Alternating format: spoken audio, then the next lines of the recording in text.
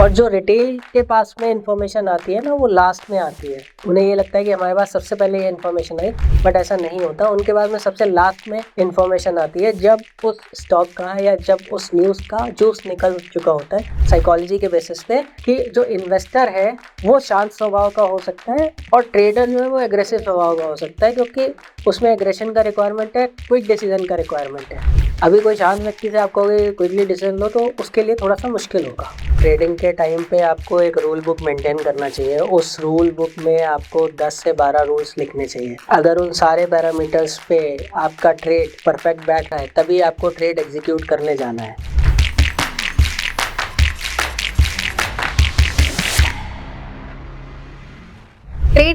Trade लेते ही अगर वो स्टॉप लॉस की तरफ जा रहा होता है तो उससे पहले एग्जिट कर देते हैं। टारगेट की तरफ जा रहा होता है तो टारगेट से पहले एग्जिट कर देते हैं। स्टॉक लिया, बाय किया, वो लॉस में जाता है, उसे बार बार एवरेज करते हैं। ऐसी बहुत सारे फियर्स और ग्रीड्स हम मार्केट में देखते हैं, चाहे आप इन्वेस्टर्स हो चाहे ट्रेडर्स। लेकिन क्या अपने इमोशंस को अपने ट्रेड्स पे, अपने इन्वेस्टमेंट्स पे हावी होना देना चाहिए? किस हद तक ऐसा करना सही या गलत है? तो आइए आज इस वीडियो में जानते हैं आप किस तरीके से अपने इमोशंस को कंट्रोल कर सकते हैं और कैसे अपनी ट्रेडिंग और इन्वेस्टिंग को बेटर बना सकते हैं। हाय, मेरा नाम है नेहा और आज इस वीडियो में इस टॉपिक पे बात करने के लिए हमारे साथ है मिस्टर शिवाल रस्तोगी, जिन्हें 23 साल का एक्सपीरियंस है इस इंडस्ट्री में। उन्होंने बहुत सारे लोगों को हेल्प किया है इन्वेस्टिंग एंड ट्रेडिंग में। तो आइए उनसे जानते हैं मार्केट साइकोलॉजी के बारे में। Let's start the video. Hello sir, welcome to the video. Hello Neha. तो सर, आज का हमारा वीडियो है कि मार्केट में इमोशंस और पर्सनल साइकोलॉजी कैसे काम करती है और कितनी इंपॉर्टेंट है ये। देखिए, साइकोलॉजीज के बहुत सारे फैक्टर हैं जो मार्केट में आउटप्ले करते हैं। तो सबसे पहला जो फैक्टर है उसे इमोशंस कहते हैं। इमोशंस में दो चीज़ें मेन है, पहला ग्रीड और दूसरा फियर। जब भी हमें ज़्यादा प्रॉफिट होने लगता है तो हमें ग्रीड आ जाता है और हमें ये लगता है कि अब इतना प्रॉफिट हो गया है तो और प्रॉफिट होने की संभावना बढ़ गई है और हम और प्रॉफिट के लिए वेट करते हैं। और फिर जब मार्केट में लॉस होने लगता है तो हमें ये डर लगने लगता है कि कहीं लॉस हमारा और ना बढ़ जाए, और हम उसको रिकवर करने की कोशिश करते रहते हैं।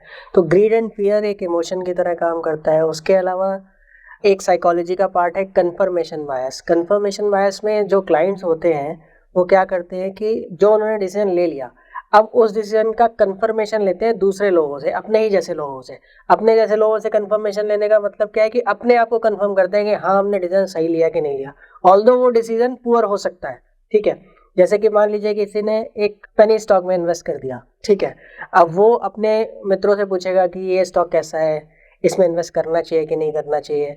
फिर उनके मित्र उसी मेंटेलिटी के होते हैं, और जब उसी मेंटेलिटी की मित्रता होती है तो वो भी कहते हैं कि हाँ, ये स्टॉक अच्छा लग रहा है, चलो एक काम करता हूँ कि मैं भी बाई कर लेता हूँ। अब वो कंफर्मेशन बायस में अटक जाते हैं। वो ये नहीं देखते कि उसके पैरामीटर्स क्या हैं, उसके फंडामेंटल्स क्या हैं, क्या उसमें टेक्निकल एनालिसिस करके ये चेक करना चाहिए कि वो स्टॉक बढ़ेगा या नहीं बढ़ेगा।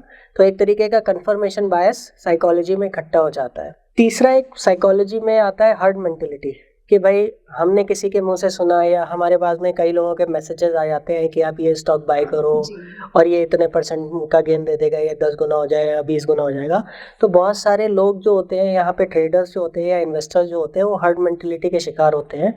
उन्हें लगता है कि अगर हमारे पास में जो इन्फॉर्मेशन आई है, वो हम एक अकेले यूनिक ऐसे बंदे हैं जिनके पास में वो इन्फॉर्मेशन आई है। लेकिन ऐसा होता नहीं है। मार्केट में क्या है, वैसी इन्फॉर्मेशन फैलाई जाती है।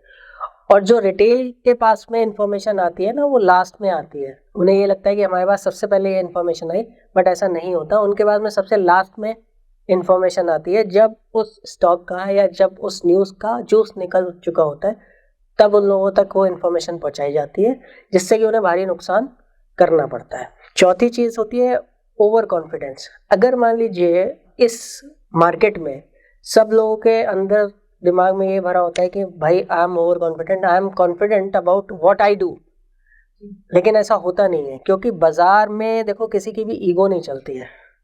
मेरा मानना ऐसा है, क्योंकि बाजार आपको हमेशा गलत साबित करने की कोशिश करेगा और आपको वो चीज़ एक्सेप्ट करनी पड़ेगी। अगर आप एक्सेप्ट नहीं करोगे तो आपको भारी नुकसान का सामना करना पड़ सकता है। तो ये एक साइकोलॉजी का पार्ट है कि आप ओवर कॉन्फिडेंट हो जाते हो कि भाई जो हमने किया है वो कैसे गलत हो सकता है, वो सही करने की कोशिश करने लगते हो आप।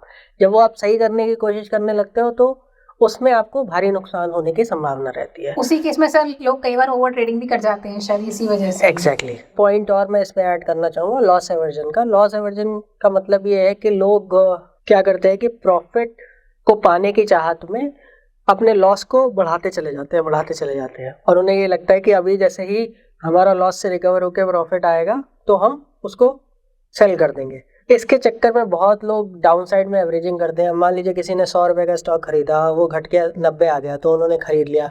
उन्होंने कहा कि अभी 95 का एवरेज आ गया है, 95 के ऊपर 96 जैसे ही आएगा हम निकल जाएंगे। वो 90 पे भी खरीदा, उसके बाद में फिर वो 80 पे आ जाता है। अब आपका उनका एवरेज जो होता है वो 90 का आ जाता है।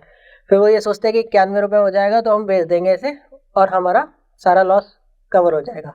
तो वो 80 के बाद में फिर 70 आ जाता है, फिर वो एवरेज करते हैं, फिर 60 आ जाता है, फिर वो एवरेज करते हैं। तो मतलब घाटे में वो एवरेज करते चले जाते हैं और उससे अपना लॉस को इंक्रीज करते चले जाते हैं। बस ये मनोकामना ही उनके मन में रह जाती है कि इसमें हमें प्रॉफिट करना है, लेकिन वो प्रॉफिट होता नहीं है। तो सर क्या ये चीज सभी स्टॉक्स के लिए हम मतलब इसको अपना सकते हैं या किसी अच्छे स्टॉक के लिए ये चीज अलग मैटर करती है? देखिए, अगर आपको इन्वेस्टमेंट करना है और इन्वेस्टमेंट आपका लॉजिकल है और आपको लगता है कि बाय एनी चांस पूरे ओवरऑल मार्केट में गिरावट आ रही है, उस पर्टिकुलर स्टॉक में गिरावट नहीं आ रही है, तो आप वो इन्वेस्टमेंट आप अपना इस तरीके से कर सकते हो कि आपने एक बार उसे एवरेज कर लिया या 2 बार एवरेज कर लिया, या आपने थॉट प्रोसेस ही ऐसा बना रखा है कि आपने स्टॉक्स में एसआईपी कर रखी है। तो एवरेज करना बुरा नहीं है, क्योंकि एसआईपी की तरह अगर आप एवरेज करोगे तो आप बढ़ते भाव में भी खरीदोगे, गिरते भाव में भी खरीदोगे, दोनों भाव में खरीदोगे। लेकिन आपका क्या होगा कि 5,000 या 10,000 आपने जो भी अमाउंट डिसाइड किया है एसआईपी के लिए, उतना ही आप बराबर तौर पे, चाहे बाजार में भाव बढ़ रहा हो चाहे घट रहा हो, उतना पैसा आप इन्वेस्ट करते चले जाओगे उसमें, ठीक है, अनबायस ऑफ प्राइस। तो वो आपको कंपाउंडिंग का इम्पैक्ट देगी। लेकिन अगर किसी स्टॉक में आपको, जैसा मैंने आपको साइकोलॉजी के वो बताया, हर्ड मेंटेलिटी वाली बात बताई या फिर लॉस एवर्जन वाली बात बताई मैंने आपको, तो वहाँ पे जो एवरेजिंग करना होता है वो गलत होता है। मतलब सर अगर हम किसी भी स्टॉक में इन्वेस्ट कर रहे हैं या ट्रेडिंग भी कर रहे हैं तो जी। उसमें हमारा अपना व्यू, अपना एनालिसिस होना चाहिए कि हम उसमें अपनी रिस्क मैनेजमेंट डालें, अपना व्यू डालें। ऐसा नहीं कि कोई दूसरा कर रहा है तो सेम एनालिटिक्स उसको रिपीट कर दे। अब मैं अगर इन जनरल परसेप्शन की बात करूं कि आज की डेट में 17 करोड़ डीमैट अकाउंट्स का डेटा है, ठीक है, तो मैं ऐसा तो बिल्कुल नहीं कहूँगा कि 17 करोड़ के 17 करोड़ सारे मार्केट को एनालिसिस कर लेंगे और वो कैपेबल होंगे ये सारी चीज़ें करने के लिए। तो बेसिकली होता क्या है, वहीं पे एक फाइनेंशियल प्लानर की, फाइनेंशियल एडवाइज़र की रिक्वायरमेंट पड़ती है जो कि आपको सही रास्ता दिखाए कि किस तरीके से आपको इन्वेस्टमेंट जर्नी को कंप्लीट करना है और धीमे धीमे पैसा ग्रो करना है। अब अगर आपके पास में कोई मार्केट एक्सपर्ट नहीं है तो आप अकेले कैसे करोगे? सीखना तो पड़ेगा ना, किसी को मेंटर बनाना पड़ेगा, किसी से कुछ सीखना पड़ेगा, तभी तो आप आगे बढ़ सकते हो। अब जब आप एनालिसिस करने की कैपेबिलिटी में आ जाते हो, ठीक है, उसके बाद में गलती के चांसेस बहुत कम हो जाते हैं, क्योंकि जब आप चीज़ें सीख जाते हो, आपको प्रैक्टिस हो जाती है आप किस तरीके से करना है इस काम को, तब आप आसानी से कर सकते हो। लेकिन अपनी समझ तो तभी लगानी पड़ेगी ना जब आप एक्सपर्ट हो। आप अपनी समझ कैसे, आप अपने आप को कैसे ऑब्जर्व करोगे कि मैं सही हूँ कि मैं गलत हूँ? उसके लिए तो आपको किया वो सही है सर। एग्जैक्टली वो ये लगता है ना, लेकिन होता तो नहीं है। तो उसके लिए फिर आपको क्या करना पड़ेगा, कहीं ना कहीं किसी एक्सपर्ट से डिस्कस करना पड़ेगा ना कि ये जो मैं सोच रहा हूँ ये सही है कि गलत है। अगर वो कहता है सही है, हाँ तो ठीक है, आप कर सकते हैं। इसके अलावा सर मैं ये जानना चाहते हैं, मतलब हमारे व्यूअर्स भी जानना चाहेंगे कि क्या ट्रेडिंग और इन्वेस्टमेंट में जो हमारे साइकोलॉजी वहाँ अप्लाई होती है, क्या वो दोनों के लिए एक सी होती है? अगर नहीं और तो उसमें क्या डिफरेंस है सर? देखिए, दोनों जगह साइकोलॉजी कुछ हद तक मैच करती है, कुछ हद तक मैच नहीं करती है। थॉट प्रोसेस दोनों के अलग अलग होते हैं। सही, जो इन्वेस्टर है वो लॉन्ग टर्म के लिए इन्वेस्ट करने आया हुआ है मार्केट में, उसे रोज के उतार चढ़ाव से कोई लेना देना नहीं है, तो वो ऐसी कंपनी में इन्वेस्ट करेगा जो फंडामेंटली स्ट्रांग है और आगे आने वाले सालों में 10-20 गुना हो सकती है। तो उसके लिए तो वो कैटेगरी सूट करेगी।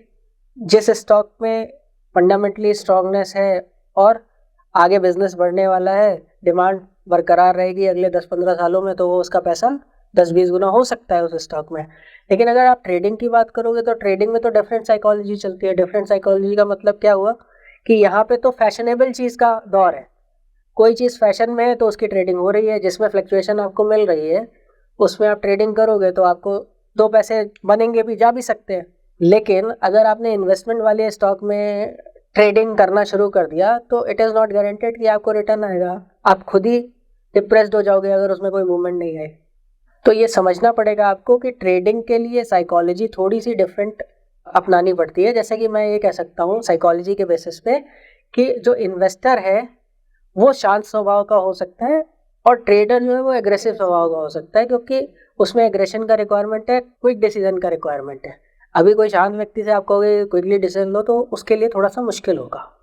ओके इसके अलावा सर मतलब जैसे कि लोग मार्केट में काम करते हैं, ट्रेडिंग करें चाहे इन्वेस्टमेंट करें, वो कई बार बहुत ज़्यादा मतलब उनके अंदर एक फियर आ जाता है लॉसेस को लेके, प्रॉफिट को लेके, या अगर किसी स्टॉक में इन्वेस्टेड है काफ़ी टाइम से और वो नहीं रिटर्न दे रहा, तो वहाँ भी लोगों को लगता है कि भले ही वो बहुत अच्छा स्टॉक है, फंडामेंटली आगे उसकी ग्रोथ अच्छी होने वाली है, बाय द एनी रीज़न वो नहीं उस टाइम वर्क कर रहा, तो किस तरीके से लोगों को अपने इमोशंस पे कैसे कंट्रोल करना चाहिए, क्या चीज़ें उनको अपनानी चाहिए? देखिए, सबसे बड़ी चीज़ है कि यहाँ दोनों ही तरीके के लोग पाए जाते हैं। मैंने ऐसे कई लोगों को देखा है कि वो किसी भी पर्टिकुलर स्टॉक को अपने सीने से लगा के बैठे हुए हैं, ऑल्दो उसमें रिटर्न नहीं आ रहा है, जी वो उसको चेंज नहीं करना चाहते। क्यों? क्योंकि उन्होंने एक परसेप्शन बनाया था कि ये स्टॉक बढ़ेगा और इसको मुझे अगर मान लीजिए 100 रुपये पे लिया है मैंने, तो 500 रुपये पे मुझे बेचना है। इसके लिए वो सीने से लगा के बैठे हुए होते हैं और कई सालों तक उसमें रिटर्न जनरेट नहीं हो पाता। इस वजह से उनका जो ओवरऑल पोर्टफोलियो है वो इम्पैक्ट कर जाता है। और कुछ लोग ऐसे होते हैं कि वो सोचते तो 5 साल के हैं, लेकिन अपने इमोशंस पे, अपने दिमाग की कैलकुलेशन की वजह से वो हर महीने अपने पूरे पोर्टफोलियो का रिव्यू करेंगे और वहाँ से हिल जाएंगे। जब वो हिल जाएंगे तो हो सकता है कि 1 महीने में, 2 महीने में किसी स्टॉक ने, अच्छा स्टॉक हो, उसने रिटर्न नहीं दिया, लेकिन आगे आने वाले टाइम में 6 महीने में, 7 महीने में या 8 महीने में, 1 साल में रिटर्न दे सकता है। बट द थिंग इज कि भाई तब तक तो आपको वेट करना पड़ेगा ना उस स्टॉक में। तो अगर आप कोई भी डिसीजन ले रहे हो, डिसीजन लेते समय आप ये सोचो कि मैं इसको कितना टाइम दूंगा। अब भाई कोई रिलेशनशिप आप बिल्ड कर रहे हो, मतलब आप शेयर खरीद रहे हो, आप कंपनी से रिलेशनशिप बिल्ड कर रहे हो, तो आप उस रिलेशनशिप को कितना टाइम दे सकते हो ये तो आपको पहले डिसाइड करना पड़ेगा ना। आप इन्वेस्टमेंट के बाद में डिसाइड करोगे और बार बार उस डिसीजन को चेंज करोगे कि this will not work for me, this will not work for me, this stock is bad for me और इसमें रिटर्न जनरेट नहीं हो रहा है, मैं किसी दूसरे में जाऊँ, तो क्या गारंटी है कि दूसरे में भी बन जाएगा? वही सेम थॉट प्रोसेस आप दूसरे में भी अप्लाई कर दोगे। किसी के बिजनेस में इन्वेस्ट कर रहे हैं तो टाइम तो देना ही पड़ेगा उसे ग्रो करने। आपने जो सोचा है कम से कम उसको इम्प्लीमेंट तो करो। जी तो sir last but not a least एक इम्पॉर्टेंट क्वेश्चन कि ट्रेडिंग के टाइम हमें किन किन बातों का स्पेशल ध्यान रखना चाहिए, आपकी अपनी स्पेशल ऑब्जर्वेशन सर आप कुछ शेयर करना चाहें? देखिए, मैं आपसे यही बोलूँगा कि ट्रेडिंग के टाइम पे आपको एक रूल बुक मेंटेन करना चाहिए। उस रूल बुक में आपको 10 से 12 रूल्स लिखने चाहिए। अगर उन सारे पैरामीटर्स पे आपका ट्रेड परफेक्ट बैठ रहा है तभी आपको ट्रेड एग्जीक्यूट करने जाना है। अगर वो 10-12 में से एक भी कट हो जाता है रूल, तो आपको वो ट्रेड नहीं करना है। इस विषय पे मैंने 8 गोल्डन रूल्स ऑफ ट्रेडिंग की वीडियो बना रखी है, आप जाके उसे देख सकते हैं और वो ट्रेडिंग रूल्स आप अपने ट्रेडिंग पैटर्न पे अप्लाई कर सकते हैं, उससे आपको काफ़ी हेल्प मिलेगी। ओके सर, आपने आज जो भी अपनी बातें बताई, ऑब्जर्वेशंस दिए, तो आई होप हमारे ट्रेडर्स और इन्वेस्टर्स के लिए, दोनों के लिए ही हेल्पफुल रहेगा और मुझे आशा है कि आपको ये वीडियो पसंद आया होगा। हम एवरी वेडनेसडे एंड सैटरडे अपना वीडियो अपलोड करते हैं हमारे सारे सोशल मीडिया प्लेटफॉर्म्स पे। आप हमें प्लीज़ सब्सक्राइब करें, शेयर करें, हमारे वीडियोस को लाइक करें और आपका कोई भी क्वेरी है तो आप हमें कमेंट कर सकते हैं। So we are signing off for today, till then invest wise and watch it rise. Thanks for watching.